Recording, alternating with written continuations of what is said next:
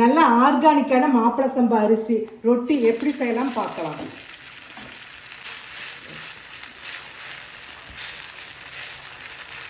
கால் kilo மாப்பிள சம்பா அரிசிங்க நல்லா 3/4 பதத்துக்கு மிக்சியில் அரைச்சிக்கலாங்க.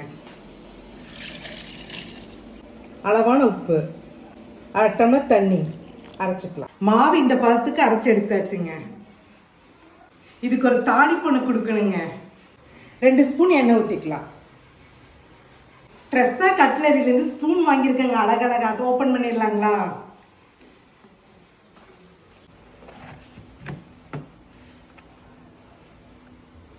இந்த ஸ்பூன் எல்லாம் பார்க்குறப்ப 5 ஸ்டார் ஹோட்டலில் இருக்கிற மாதிரியே ஸ்பூன் இருக்குது. பார்க்குறக்கே அழகாக இருக்குது. ஃபோக் ஸ்பூனே பாருங்கள். இந்த ஸ்பூன் பாருங்கள், பெருசாக சூப்பராக இருக்குங்க, கோல்டன் கலரு. 1/4 ஸ்பூன் கடுகு, கடலைப்பருப்பு 1 ஸ்பூன், உளுந்து 1 ஸ்பூன், 2 பெரிய வெங்காயம். இந்த ஸ்பூன் எல்லாம் சூப்பராக இருக்குதுங்க. இவங்க டீட்டெயில்ஸ் வந்து கீழே கொடுக்குற செக் பண்ணி பார்த்துக்கோங்க. 3 பச்சை மிளகாய், கருவேப்பிலை, கொத்தமல்லி தழை. நல்லா வெங்காயம் வதங்கிருச்சு. அரைச்சி வச்ச மாவுல போட்டுக்கலாம். தோசைக்கல் நல்லா காஞ்சிருச்சு. லைட்டாக எண்ணெய் ஊற்றிக்கோங்க. நல்லா 1 கரண்டி மாவு வச்சுக்கலாம்.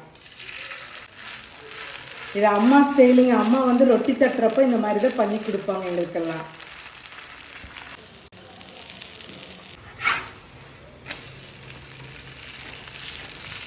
சுவையான மாப்பிள சம்பா ரொட்டி ரெடி. மாதிரி நீங்கள் ட்ரை பண்ணி பார்த்து எப்படி இருக்கு கமெண்ட்ஸில் சொல்லுங்கள்.